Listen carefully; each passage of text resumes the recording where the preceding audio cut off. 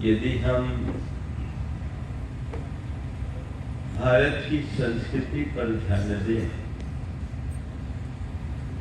तो हमें एक ही बात दिखाई पड़ती है कि राम भाव को जगाने का नाम ही भारतीय संस्कृति है। राम भाव हमारे चित्त का वह उज्ज्वल पक्ष है जिससे हमारी चेतना का परिष्कार होता है, जीवन का निर्माण होता है। श्री राम को प्रायः लोग एक व्यक्ति की भांति देखते हैं। मेरे देखे राम हो या रावण, ये दोनों दो व्यक्ति नहीं, दो वृत्ति के परिचय हैं। जब हम इन्हें एक व्यक्ति की भांति देखते हैं, इनका संबंध त्रेता युग तक सिमट कर रह जाता है। पर जब हम इन्हें एक वृत्ति की तरह देखते हैं तो हमें ऐसा लगता है कि ये आज भी हमारे ही इर्द गिर्द है और ये जीवन का बड़ा यथार्थ है, इसे हमें समझना चाहिए। अगर राम हुए रावण हुआ, रावण ने अपना आतंक मचाया, राम ने उनका अंत कर दिया, कहानी खत्म हो गई। अब आगे कुछ चर्चा करने की जरूरत ही नहीं। क्या जरूरत? इतिहास में अनेक राजा महाराजा हुए जिन्होंने अपने शत्रुओं का संहार किया, दिग्विजय यात्राएं कर करके पूरे धरती पर एक छत्राधिपत्य साम्राज्य भी पाया, लेकिन आज उनकी तो चर्चा नहीं होती। श्री राम एक राजा मात्र होते, रावण एक राजा मात्र होता तो उनकी कहानी वही खत्म हो गई होती। लेकिन जैसा मैंने कहा, ये कि व्यक्ति मात्र नहीं है, एक वृत्ति है, हमारे अपने ही मनोवृत्ति के दो रूप है। मैं अपनी बात की शुरुआत रामायण के ही एक प्रसंग से करना चाहता हूं। कहते हैं रावण ने जब सीता जी का हरण किया और तमाम उपाय करने के बाद भी सीता जी ने जब रावण को स्वीकार नहीं किया तो रावण परेशान होकर कुंभकर्ण के पास गया। उसने कुंभकर्ण से कहा कि देख, सीता के बिना मैं जिंदा नहीं रह सकता, कोई उपाय कर कि सीता मुझे स्वीकार कर ले, मैं अपनी प्रतिज्ञा में बंधा हूं, इसलिए कुछ कर नहीं पा रहा, तो कुछ भी उपाय कर कि सीता मुझे स्वीकार कर ले।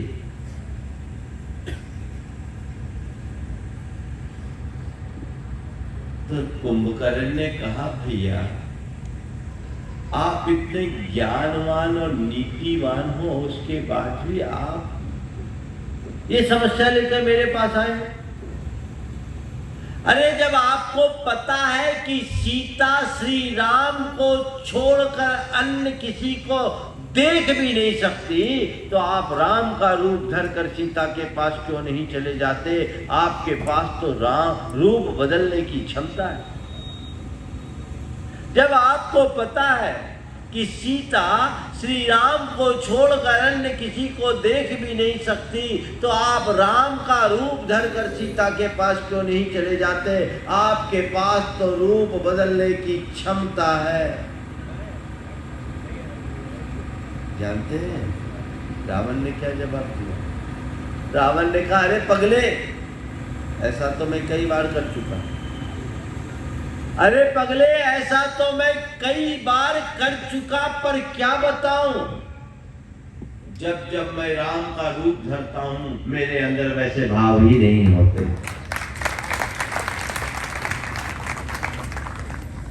ये एक प्रतीक है कि रावण भी अपने भीतर राम भाव जगा ले तो उसके चरित्र में धर्म बोलेगा, नीति बोलेगी, मर्यादा बोलेगी, संस्कार गूंजेंगे। अब रामायण के राम की बात मैं आपसे नहीं करना चाहता, मुझे तो अपने भीतर के राम की बात करनी है। रामायण में जिस राम की चर्चा हमने पढ़ी सुनी है, वो अयोध्या में जन्मे थे और रावण समुद्र पार लंका में बसता था। लेकिन जब हम अपने भीतर झांकते हैं तो जहां राम है वहीं पर रावण दिखाई पड़ता है। आपने मुझसे निवेदन किया राम भाव कैसे जगाएं, तो भैया जब तक रावण भाव जगा रहेगा तो राम भाव जगेगा कैसे? पहले अपने भीतर झांक करके देखने की जरूरत है कि मेरी वास्तविकता क्या है।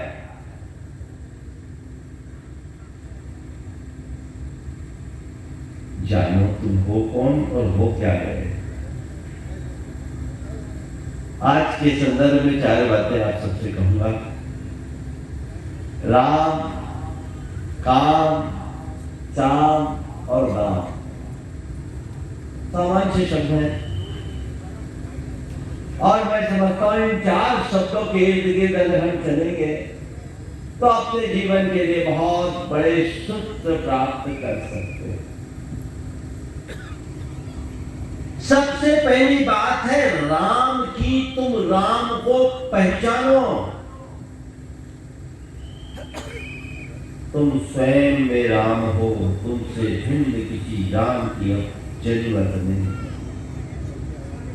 तुम खुद ही राम हो। रमन्ते योगिनास्मिन् सदा। जिसमें योगी जन रमा करते हैं वो राम है, वो तुम्हारे भीतर का परमात्मा है, वह तुम्हारे अंदर की आत्मा है। है इसकी पहचान। और जब तुम अपने भीतर के राम को जानोगे, अपने आप को राम रूप पहचानने लगोगे ना, तो जनता जनार्दन दुलोक में जो भी तुम्हें दिखेंगे वे सब तुम्हें राममय दिखेंगे। है वो दृष्टि, वो अध्यात्म की दृष्टि है, वो जीवन की सर्वपरिष्कृत दृष्टि है कि मैं राम हूं, अपने आप के राम रूप को जानो, पहचानो। पर विडंबना ये है कि सब राम होकर के भी अपने आप को रावण बनाए हुए हैं। राम होकर के भी रावण बनाए हुए हैं। इसलिए तुम्हारी दृष्टि राम पर नहीं है, तुम्हारी दृष्टि काम पर है, तुम्हारी दृष्टि चाम पर है, और तुम्हारी दृष्टि दाम पर है। जब तक काम, चाम और दाम पर तुम्हारी दृष्टि जुड़ी हुई है, बंधी हुई है, तब तक राम नहीं मिलेंगे। समझ गए? आप लोग राम को चाहते हो या आराम चाहते हो? पहले ये और बताओ। बातें सब राम की करते हैं पर चाहते सब आराम है ना? मैं आपको एक ही बात कहता हूं, तुम जिसमें आराम खोजते हो वहां राम नहीं है। तुम्हें आराम किसमें मिलता है? काम में, चाम में और दाम में। यही है ना? तुम इसमें ही आराम खोजते हो, काम में, चाम में, दाम में आराम ढूंढते हो। पर संत कहते हैं इसमें न तो कभी आराम किसी को मिला है न मिलेगा। रामचंद्र जी भी राम बने कब? जब अयोध्या का आराम छोड़कर गए तब। क्या था उनके साथ? सब छोड़कर आज पुरुष के रूप में भी नहीं गए, चीला जीन पहन कर गए। आप लोगों ने तो रामायण में देखा ही है, लॉकडाउन में तो फिर से ताजा हो गया। सवाल यह है तुम्हें क्या चाहिए? आराम। तो जिसमें तुम आराम खोज रहे हो न तो आज तक किसी को मिला है न भविष्य में मिल सकता है। आराम चाहिए? बोलो। ऐसे सुस्त सुस्त बैठोगे तो कैसे? अब तो ठंड कम हो गई। बोलो, आराम चाहिए कि नहीं चाहिए? तो बोलो। चाहिए। जोर से तो बोलो, दम से। आराम चाहिए? कितने लोग बैठे, आवाज नहीं आ रही। मैं पूछ रहा हूं, आराम चाहिए? चाहिए। चाहिए ना? नहीं चाहिए? ईमानदारी से बोलो चाहिए। चाहिए जो सच है तो बोलो ना। और हम तुम्हें आराम देना चाहते हैं। बोलो, आराम यदि चाहो तो आ राम की तरफ। आराम यदि चाहो तो आ राम की तरफ, और फंदे में फंसना चाहो तो जा काम की तरफ, जा चाम की तरफ, जा दाम की तरफ। काम, चाम, दाम से मुक्त होकर राम में आराम ढूंढो।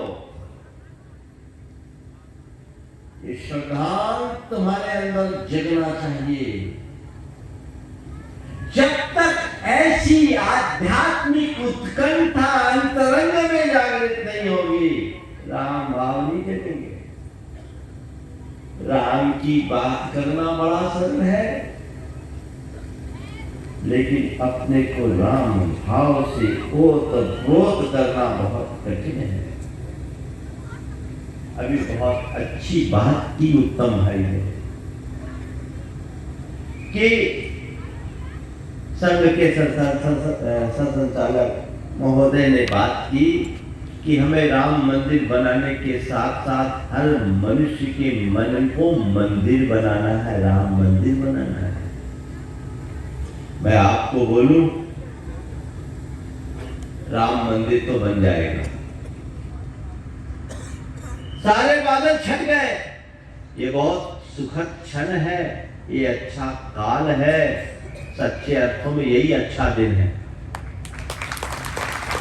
कि लोगों की वर्षों की साध पूरी हो रही है और दुनिया भर के श्रद्धालुओं के सहयोग से उस मंदिर का कार्य आगे बढ़ रहा है और जल्दी पूरा हो जाएगा। सुना है 3 साल का लक्ष्य रखा है, 3 साल में राम मंदिर बन जाएगा। पर हमारा मन मंदिर बने ये सुनिश्चित नहीं है।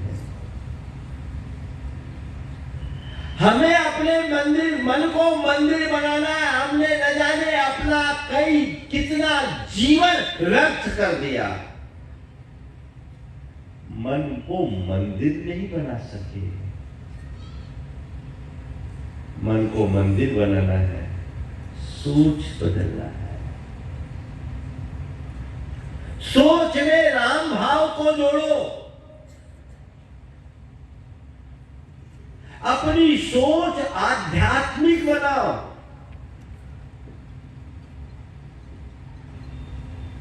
तब जीवन में बदलाव आएगा और तभी हम जीवन का सच्चा रस ले पाएंगे। 4 प्रकार की सोच है। एक भौतिक सोच,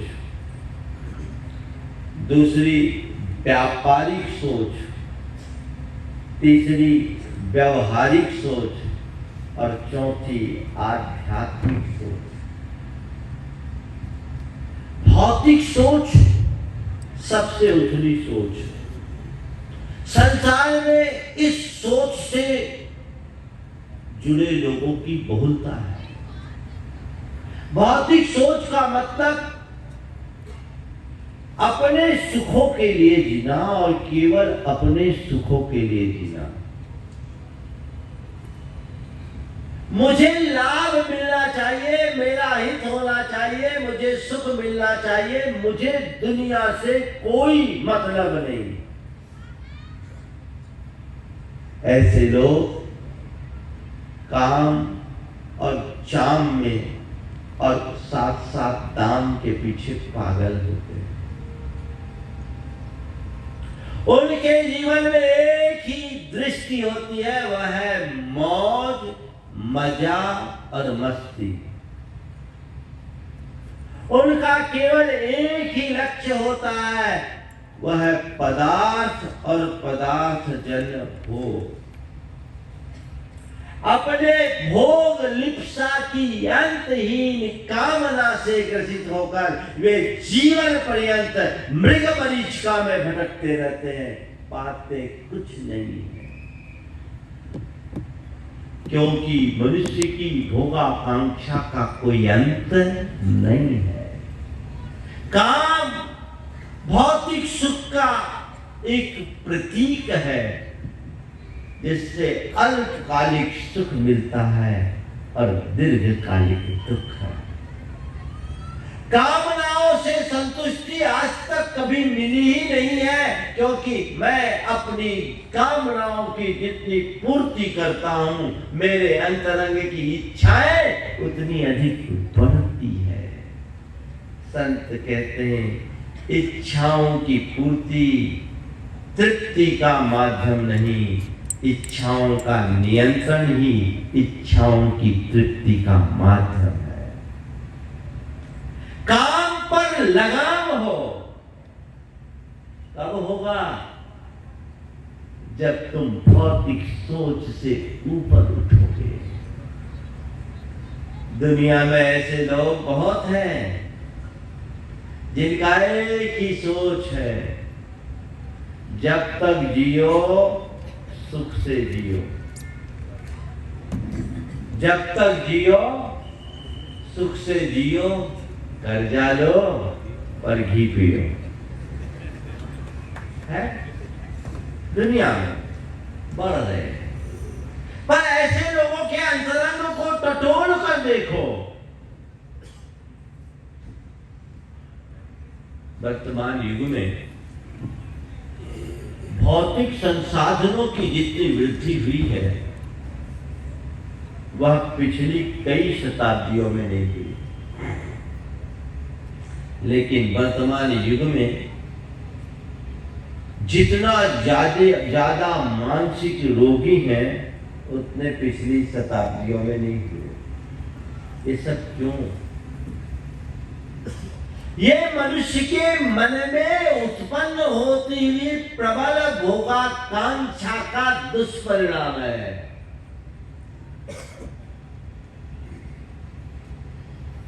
लोग केवल भोगों में सुख की कामना रखते हैं। संत कहते हैं भोगों में सुख नहीं है। जैसे आग से आग को बुझाना असंभव है, वैसे ही भोगों से तृप्ति पाना असंभव है। न भूतो न भविष्यति। रावण के अंदर भोगों के प्रति प्रबल लगाव था। उसका विश्वास था कि भौतिक संसाधनों के बल पर मैं इस धरती में अमर बन जाऊंगा। क्या हाल हुआ रावण का? उसने सोने की लंका बनाई और उसकी ईंट से ईंट बच गई। 1,00,000 पूत 1,25,00,000 नाती ता रावण घर दिया न बाती की बात आप लोग रोज दोहराते हो। पर भैया अपने भीतर तो झांक के देखो, आज भी वे ही रावण के वे ही स्वर गूंज रहे हैं। जब तक तुम्हारे हृदय में भौतिक सुख की प्रबल लालसा बनी रहेगी, राम भाव जागृत नहीं हो सकता। भौतिक आकांक्षाओं पर नियंत्रण जरूरी है। अपने चिंतन को आत्मोन्मुखी बनाने की जरूरत है। आध्यात्मिक दृष्टि से संपन्न होने की जरूरत है। नहीं तो वहीं उलझते रहोगे और कुछ भी हासिल नहीं कर सकोगे। भौतिक सुख पाना और बात है और केवल भौतिक सुखों का लक्ष्य बनाकर चलना और बात है। भौतिक सुख नश्वर है, अस्थायी है, तृष्णा को बढ़ाने वाला है। उसकी स्थिति विष मिश्रित मिष्टान्नवत है, जो देखने में मोह, जिसकी गंध मधुर, स्वाद भी अच्छा, लेकिन परिपाक बुरा है। ये अपने जीवन के अनुभव का निचोड़ होना चाहिए। आज तक तुमने अपने जीवन में भौतिक सुखों के लिए क्या नहीं किया? पर मैं पूछना चाहता हूं, जिस भौतिक सुख के लिए तुम रात दिन पसीना बहाते हो, क्या वो सुख मिला? और मिला भी तो कितने देर तक टिका? इतनी सी समझ, बहुत अंतर है। सोच बदलिए। कामना की वृद्धि भौतिक सुख की परिणति है। अपने आप को अपने अंदर की कामनाओं से बचाइए। ये काम भी दो प्रकार का है, एक इच्छा काम, दूसरा मदन काम। इच्छा काम हमारे मन में उत्पन्न होने वाली पल पल की इच्छाएं, जो न जाने कितनी उत्पन्न होती है और नष्ट होती है अंतहीन है। कहते इच्छा हो आकाश समा अनंत या। घर के छत पर खड़े होकर देखो तो लगता है दूर क्षितिज पर धरती और आसमान मिलकर एक हो गए। ऐसा लगता है कि जैसे 5-7 मील चलेंगे तो क्षितिज को छू लेंगे, लेकिन धरती का कोई ऐसा छोर नहीं जहां धरती और आसमान मिलकर एक हुए है। क्या तुम जितना चलोगे क्षितिज तुमसे उतना ही दूर होता जाएगा। इच्छा की यही प्रवृत्ति है। मनुष्य सोचता है जितना पाऊंगा उतना और थोड़ा और थोड़ा और करते करते करते करते पूरा जीवन पूरा हो जाता है, पर मनुष्य की इच्छाएं पूरी नहीं होती है ना। ये अनुभव तृष्णा को जितना तृप्त करे उतनी बढ़ती इच्छा ज्वाला।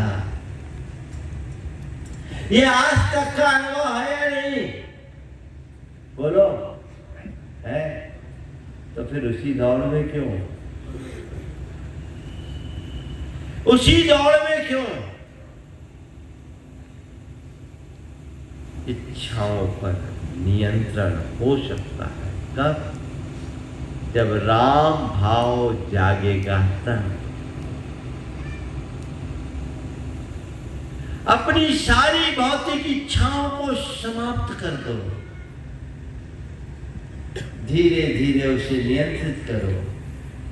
जीवन के लिए जितना उपयोगी और आवश्यक है उसका आलंबन लो, पर उसे साध्य मत मानो। हे बुद्धि से उसे स्वीकार करो। राम भाव तब जाग पाएगा। बाकी राम भाव की चर्चा करना बड़ा आसान है। उस भाव को अंतर मन में जगाना बहुत कठिन है, पर कठिन भी उसके लिए जिसकी चेतना भी सोई है। चेतना जाग जाए, एक पल में उजाला हो जाए। सदियों के अंधेरे को मिटाने के लिए बहुत लंबे समय की जरूरत नहीं होती, एक क्षण ही पर्याप्त होता है। दिया जलते ही अंधेरा छट जाता है। सोच बदलिए। केवल अपने आप को भौतिक रूप से संतुष्ट करने की सोच जब तक बनी रहेगी, व्याकुल चित्त बने रहोगे। काम की ओर दौड़ोगे। इच्छा काम भी व्याकुलता देता है, और मदन काम तो व्याकुल बनाता ही है।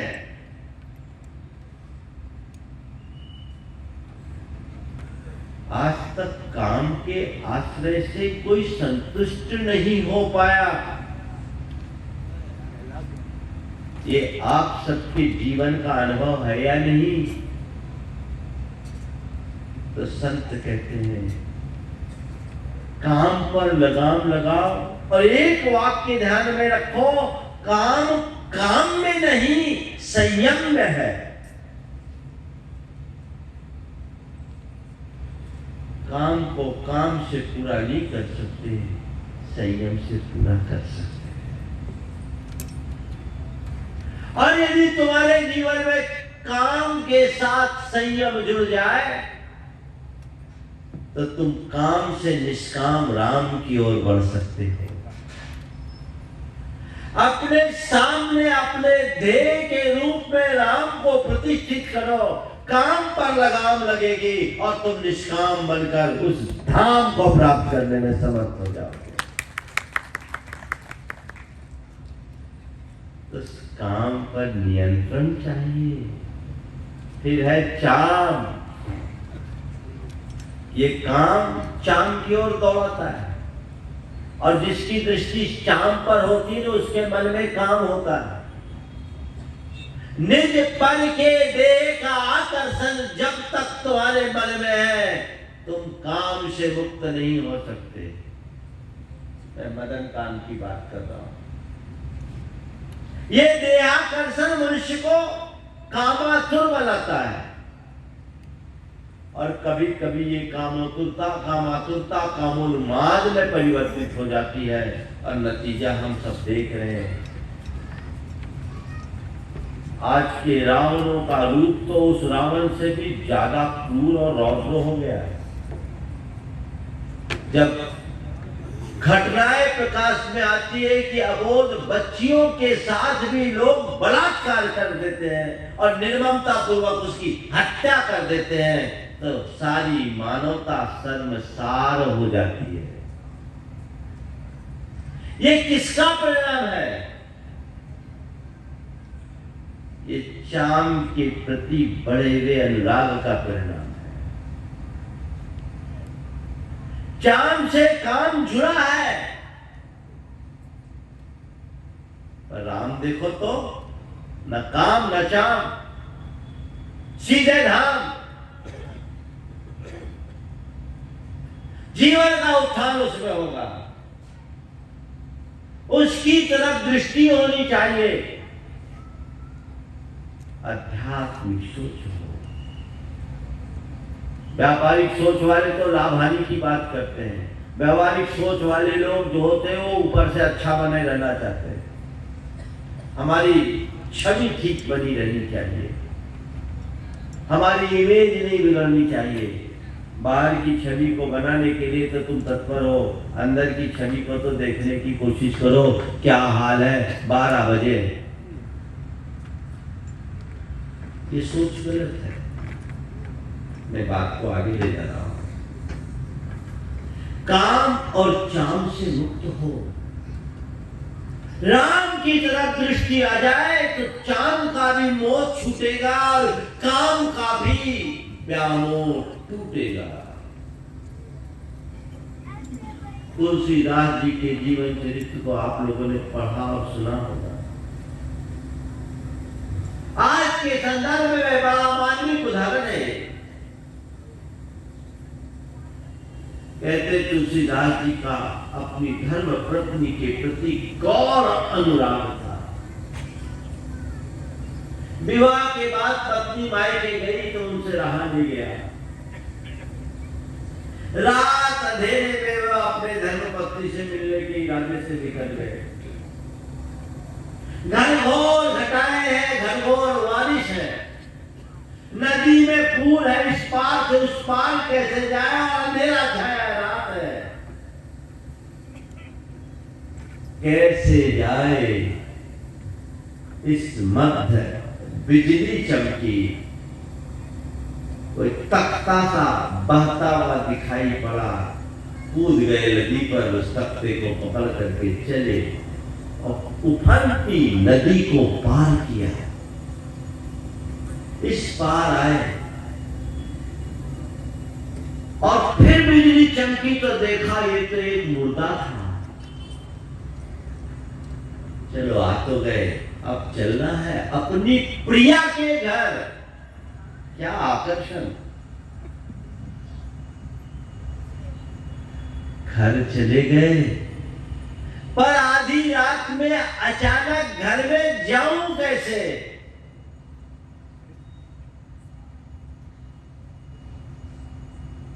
वो भी बिना सूचना के। चलो अब सरप्राइज देना है। क्या देना है? सरप्राइज देना है। इधर उधर देखा, खिड़की खुली दिखाई पड़ी, अंदर में दिया जलता हुआ दिखा। लगा कि शायद उसको भी मेरे आने का संप्रेषण हो गया होगा, वो मेरे लिए ही जाग रही होगी। चलो सीधे उसके कक्ष में प्रवेश किया जाए, पर खिड़की ऊपर है, कैसे चढ़ो। देखते हैं, अरे फिर बिजली चमकती है, रस्सी लटकी है। उस रस्सी के सहारे चढ़ गए और सीधे अपनी धर्म पत्नी के पास जाकर खड़े हुए। धर्म पत्नी ने अपने श्रीमान को इस रूप में अचानक आया देखा तो एकदम बदहवासी हो गई। आप और इस समय अभी कैसे? तुम्हारे प्रेम ने मुझे खींच लिया। और कैसे? तुम्हारे प्रेम से खींचा चलाया हूं, तुम्हारे तुमसे मिलने की प्यास लिए आया हूं। आए कैसे, पूरी कहानी बता दी, कैसे नदी पार किया, यहां कैसे आए। बोले तुमने रस्सी लटका रखी थी। मैंने कौन सी रस्सी लटकाई? दिए के प्रकाश में देखा तो दिखता है वहां तो एक सांप लटक रहा है। तब जबरदस्त फटकार लगाई और क्या कहा, अस्थि चर्ममय देह मम, तासन ऐसी प्रीत की होती रघुनाथ से तो काय होत भोगी। एक वाक्य ने तुलसीदास को गोस्वामी तुलसीदास बना दिया। जब चाव और काम से मुक्त होकर राम से जुड़ गए, ये राम भाव की अभिव्यक्ति है। तो काम से बचो, चाम से बचो, राम पर ध्यान लगाओ। बस मैं राम, मैं हूं, मैं राम हूं। भीतर के उस आत्म तत्व को अपनी दृष्टि में रखो, फिर कोई दिक्कत नहीं।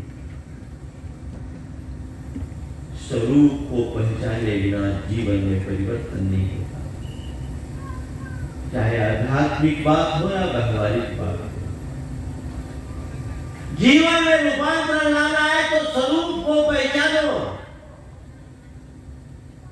कभी कुछ गलत नहीं कर पाएगा। जिस व्यक्ति को अपने आत्म स्वरूप का वास्तविक बोध होता है, उस पर श्रद्धान होता है, उनकी दृष्टि सदैव आत्मा पर होती है। वो दुनिया में कहीं भी जाए, दृष्टि आत्मा में होती है। एक जोहरी का बेटा घूरे में लौट रहा है। 25 वर्ष का जवान बेटा घूरे, घूरा समझते हैं, कचरे का ढेर, उसमें लौट रहा था। लोगों को अटपटा लगा, शिकायत की। पिता से कहा कि तुम्हारा बेटा आज घूरे पे लौटता दिखा, क्या मामला है? पिता को भी अटपटा लगा। पिता दरवाजे पे खड़ा हुआ, देखा धूल धसरी दूसरी तन लेकर के बेटा आया। पिता ने पूछा, बेटे क्या हाल बना रखी है तूने, अपनी कैसी सूरत बिगाड़ ली, तू घूरे पर क्यों लौट रहा था? बेटे ने अपने जेब में हाथ डाला, मुट्ठी बंद किया, बोला पापा हाथ दिखा। हाथ बढ़ा। पिता ने हाथ फैलाया, बेटे ने अपनी मुट्ठी खोली। पिता देखा तो दंग रह गया, क्योंकि उसमें बेशकीमती हीरा का एक बड़ा नगीना था। बेशकीमती हीरा का एक नगीना था। बोला बेटा ये कहां मिला? बोला उसी घूरे में। ये कहां मिला? बोला उसी घूरे में। तो लौट क्यों रहा था? बोले सीधे लौटता, सीधे उठाता तो लोगों को शक होता, मैं लौट कर एक्टिंग करके उठा लाया। मैं आपसे केवल इतना कहता हूं, जोहरी का बेटा अगर घूरे में भी लौटता है तो केवल हीरा निकालता है। ऐसे ही स्वरूप का ज्ञाता संसार में कहीं भी जाता है, स्वयं में रमता है। हर पल ये महसूस करो, राम भाव को जगा, को हम सो हम, सो हम, सो हम, सो हम की अनुगूंज निरंतर बनी रहनी चाहिए। जीवन की दिशा दशा सब बदल जाए, परिवर्तन खड़ा हो जाए, जीवन चमत्कृत हो जाएगा, परिष्कृत हो जाएगा, निखर जाएगा। अभी तो बिखरा हुआ है। बदलाव घटित करो। तो राम तभी एक तरफ है, श्याम काम का चक्कर है, और इसके साथ फिर है दाम, पूरी दम उसी में लगा है ना। दाम, बिना दाम के और कोई काम नहीं। बंधुओं, तुम्हारे जीवन में दाम की अहमियत है, आवश्यकता भी है, उसको मैं नकारता नहीं, पर दाम ही सब कुछ नहीं है, इतना ध्यान में रखो। धन जीवन निर्वाह का साधन है, साध्य नहीं। इतनी सी समझ अंतरंग में होनी चाहिए।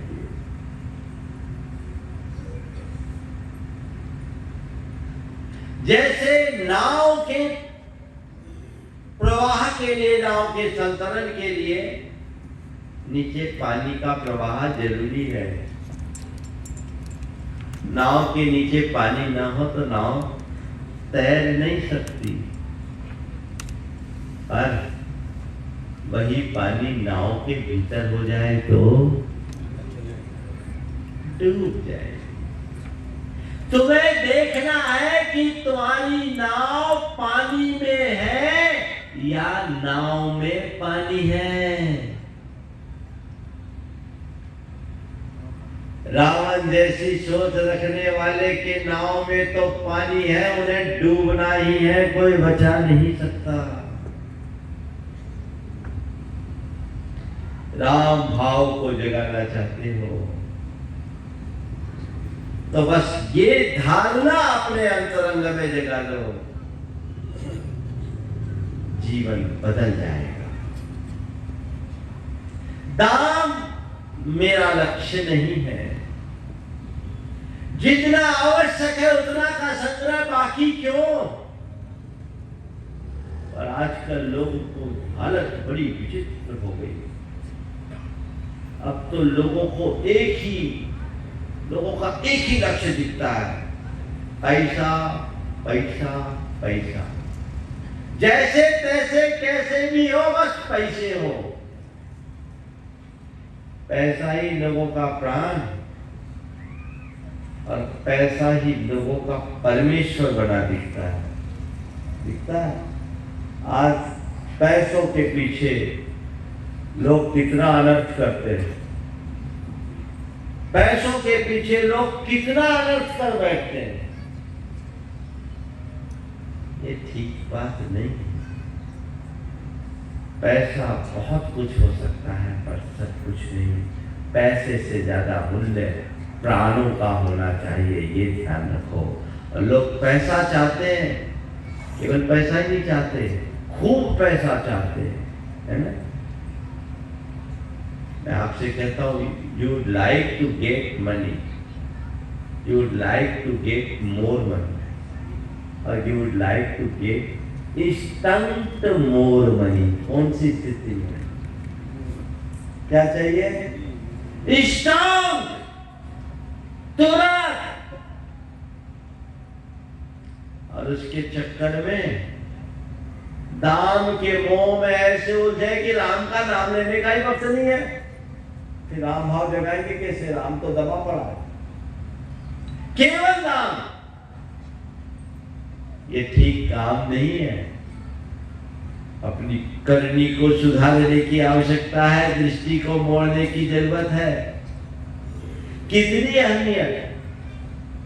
आजकल लोगों की दशा क्या हो गई, खासकर महानगरी जीवन जीने वालों की। एक बार एक व्यक्ति आया, उसके साथ उसका बेटा था, बड़ा उद्यमी था। मैंने बेटे की तरफ देख करके पूछा, कौन सी क्लास में पढ़ते हो? पिता ने जवाब दिया, महाराज 6 में। बेटा ने कहा, नहीं पापा 8 में। जिस बाप को ये पता नहीं है मेरा बेटा कौन सी क्लास में पढ़ता है, उसके लिए क्या कहोगे? बड़ी बुरी हालत है। एक उद्यमी का बेटा अपने पिता के पास पहुंचा और उसने कहा कि पापा आप 1 घंटे में कितना कमाते हो? 1 घंटे में कितना कमाते हो? पिता ने पूछा, क्यों पूछ रहे? बस बताइए ना। उन्होंने हिसाब लगा के बता दिया, कोई 5,000। अपनी मम्मी के पास गया, कहा, मम्मी आप मुझे 2,000 दोगी? तो क्यों? मुझे काम। उसने अपनी माँ से 2,000 लिए और अपने गुल्लक से 3,000 निकाले। 5,000 पूरे इकट्ठे करके अपने पिता के पास गया और कहा, पापा ये पूरे 5,000 पकड़ो और प्लीज मुझे 1 घंटे दो।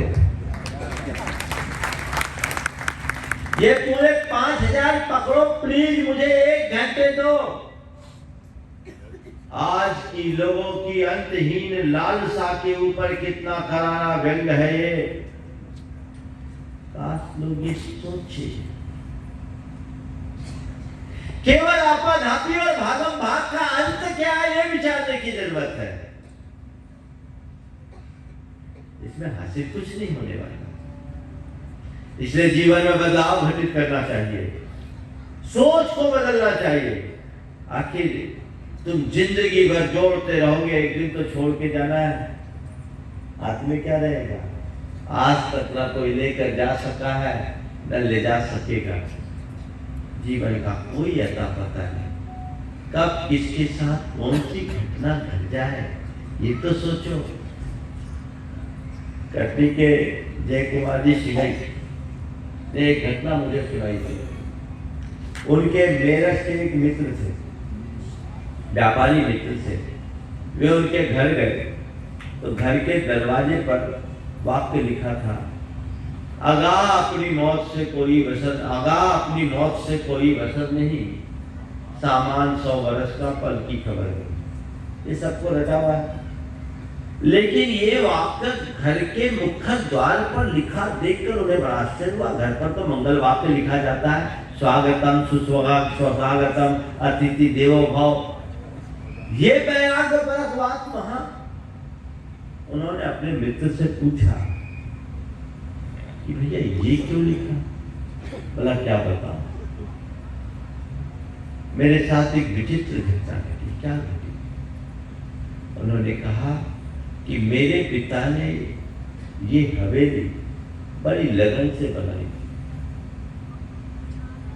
खुद धूप में छत्ता लेकर क्यों खड़े होते थे, एक एक चीज उन्होंने सलीके से लगाया, इटालियन मार्बल लगवाया, लाखों रुपया खर्च किया और बड़े उमंगों से इस मकान में प्रवेश करने का कार्यक्रम तय किया। पर क्या बताऊं, जिस दिन गृह प्रवेश हुआ, एक पैर देरी के भीतर और दूसरा पैर देरी के बाहर, वहीं उनको हृदय गति अवरुद्ध हो जाने से वे नीचे गिरे, हाथ फेल हुआ और चले गए। जिस अरमान से भरकर उन्होंने घर को बनाया, उस घर में एक कदम ही नहीं रख पाए और चले गए। लोगों ने मुझसे कहा कि ये घर तुम्हारे लिए अशुभ है, तो मैंने कहा ये घर मेरे लिए अशुभ नहीं, शुभ है, क्योंकि इसने मुझे जीवन के यथार्थ का बोध करा दिया है। ये सब मतलब है। इसलिए इस यथार्थ को याद रखने के लिए मैंने ये वाक्य लगा रखा, आगाह अपने मौत से कोई वसर नहीं, सामान 100 वर्ष का पल की खबर नहीं। तुम्हें खबर है क्या? तो अब बोलो दाम की राम? राम। प्रवचन सभा में तो सबके अंदर राम, बाहर क्या काम है ये देखो। यहां से बाहर जाने के बाद असर यह फिर वही काम, वही रंग फंद,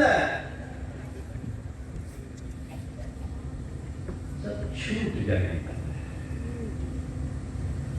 तो राम भाव को लेना है, अपने अंदर वो आध्यात्मिक पिपासा प्रकट करे। ये दुर्लभ भविष्य जीवन मिला है तो उसका सार पाया। और एक बात ध्यान रखना, जब तक तुम्हारे अंदर राम भाव है तभी जीवन में वास्तविक आराम है। अभी तो लोग आराम में दिखते हैं, आराम है नहीं, सबको हराम है। बोलो सही बोल रहा हूं कि नहीं? हाँ, आराम है कि हराम? हाँ, सुस्त बोलोगे तो कैसे काम चलेगा? बोलो तो, आराम है कि हराम? और जोर से बोलो थोड़ा, हराम। आराम चाहते हो तो बस इस हराम को हटाओ। तुम लोगों के आराम हराम कैसे बताओ? 2 व्यक्ति, एक आदमी नंगे पांव चल रहा है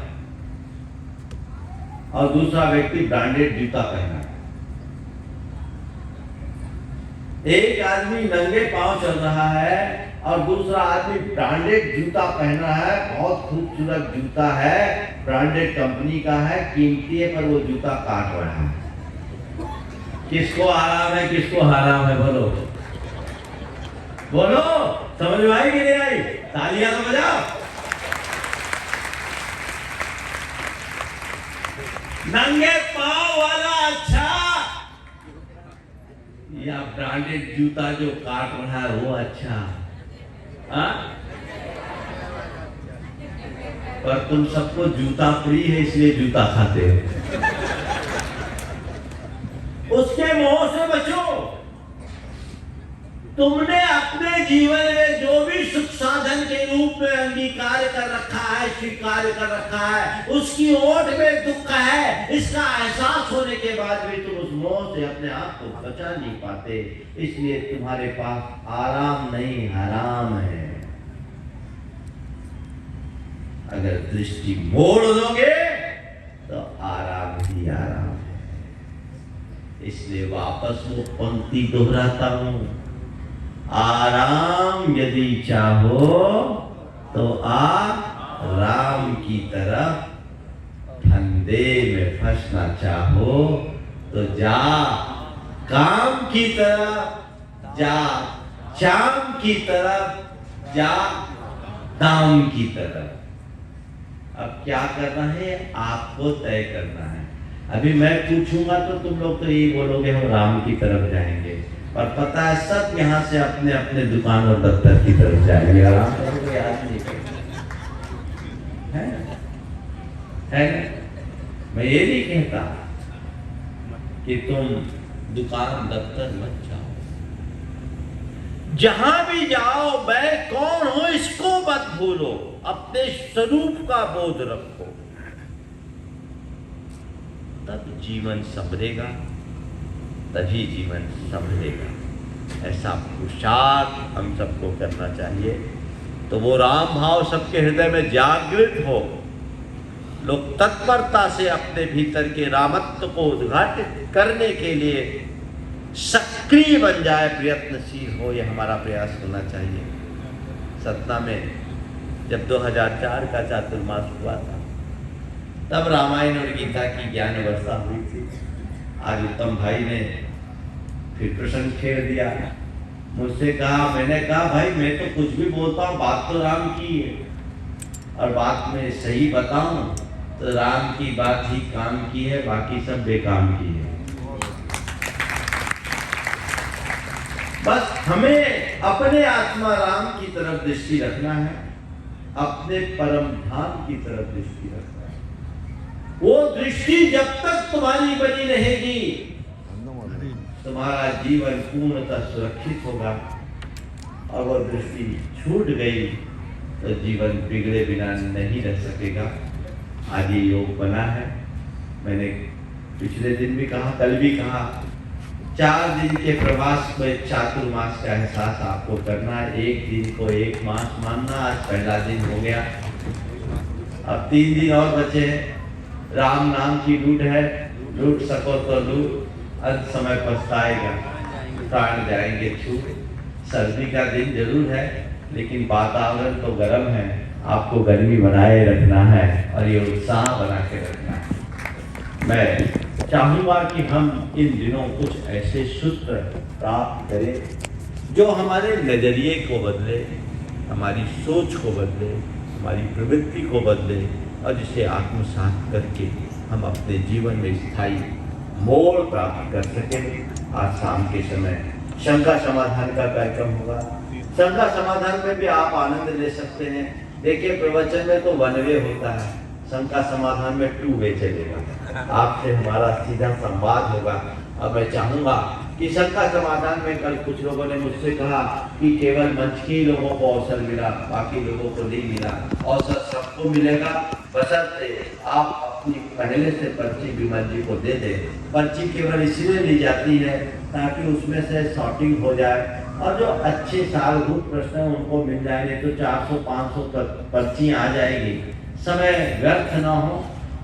सर्वग्राही संदेश पर ऐसे प्रश्नों को आप देंगे तो उसमें सबका सही उपयोग होगा, वो लाभ लेना चाहिए। कल का सत्र बहुत अच्छा रहा, आगे भी अच्छा ही बना रहे, ऐसा प्रयास आप सबको करना चाहिए। सतना नगरी एक बड़ी प्रबुद्ध नगरी है, और यहाँ से जो संदेश जाएगा वो पूरे देश भर के नहीं दुनिया भर के प्रबुद्ध जनों के बीच अच्छा जाए करना है।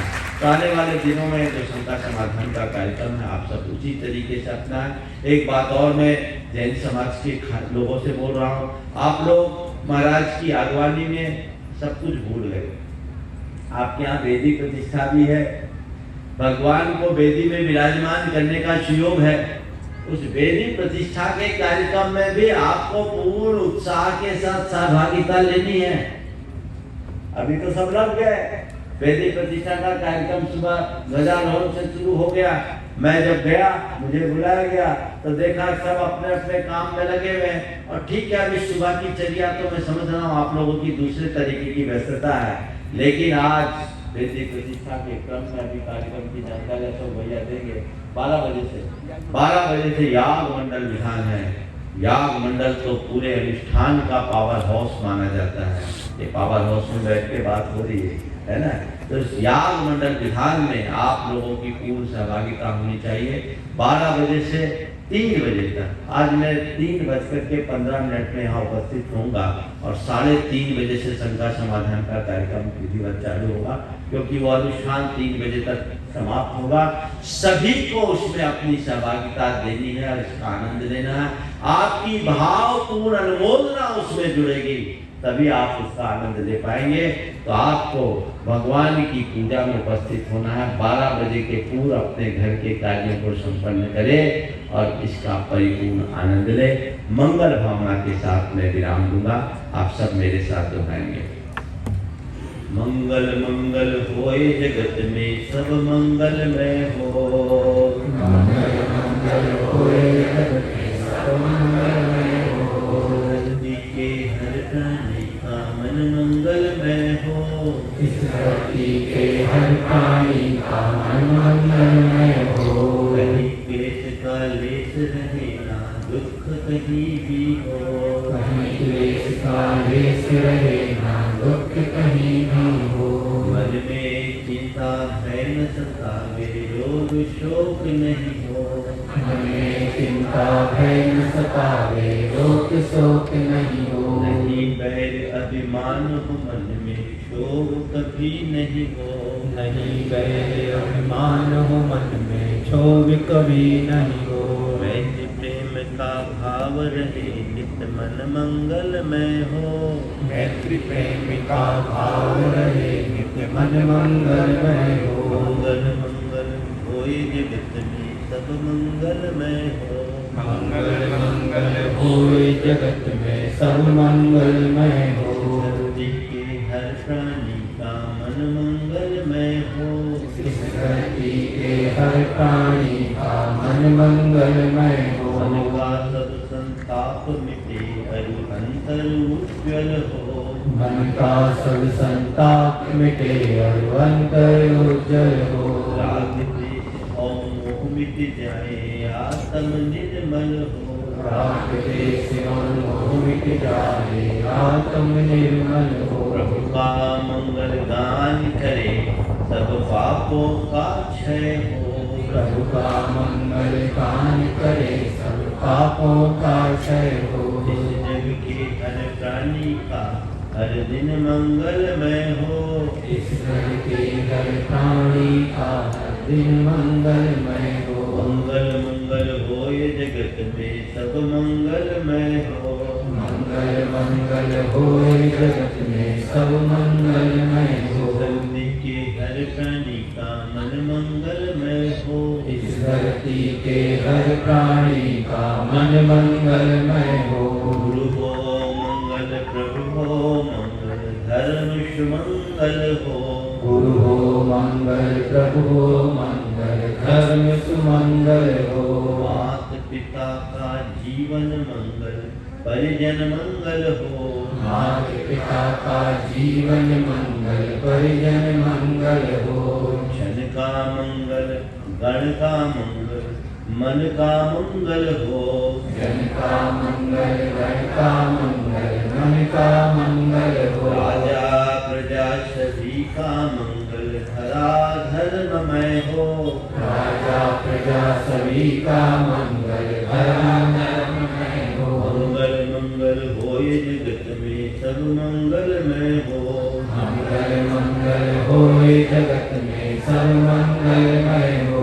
धरती के हर प्राणी का मन मंगलमय हो। इस धरती के हर प्राणी का मन मंगलमय हो। मंगलमय हो प्रात हमारा रात सुमंगल हो। मंगलमय हो प्रात हमारा रात सुमंगल हो। जीवन के हर पल हर क्षण की बात सुमंगल हो। जीवन के हर पल हर क्षण की बात सुमंगल हो। घर घर में मंगल छा जाए जन जन मंगल हो। घर घर में मंगल छा जावे जन जन मंगल हो। इस धरती का कण कण पावन ओ मंगलमय हो। इस धरती का कण कण पावन ओ मंगलमय हो। मंगल मंगल होए जगत में सब मंगलमय हो। मंगल मंगल होए जगत में सब मंगलमय हो। धरती के हर प्राणी का मन मंगलमय हो। इस धरती के हर प्राणी का मन मंगलमय हो। सब जग में मंगल बढ़े। सब जग में मंगलमय टले अमंगल भार। टले अमंगल भार। प्रमाद की भावना है प्रमाण की भावना। सब में हो सद्भाव। सब में हो सद्भाव। जय बोलो परम पूज्य आचार्य गुरुवर श्री विद्यासागर महाराज की जय। बोलिए परम पूज्य स्वर्ण श्री प्रमाण सागर जी महाराज की। मनवसिया सागर जी महाराज की। चलिए जिन वाणी प्रीति के साथ हम लोग विराम देंगे। हे जिन वाणी भारती तो ही जगो दिन जो तेरा शरणागत सो पावे सुख चैन।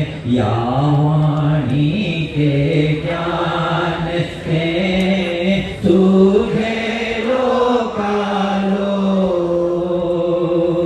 सो वाणी मस्तक नमो सदा ते कहूँगो सदा ते कहूँगो।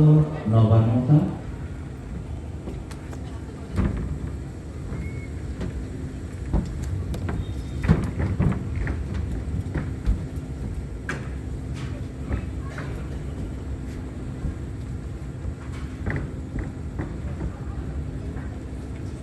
एक बार बैठा ले सबको। असल भी आते कोई पैसा कोई एक बार बैठे बाल ब्रह्मचारी प्रतिष्ठाचार्य अशोक भैया जी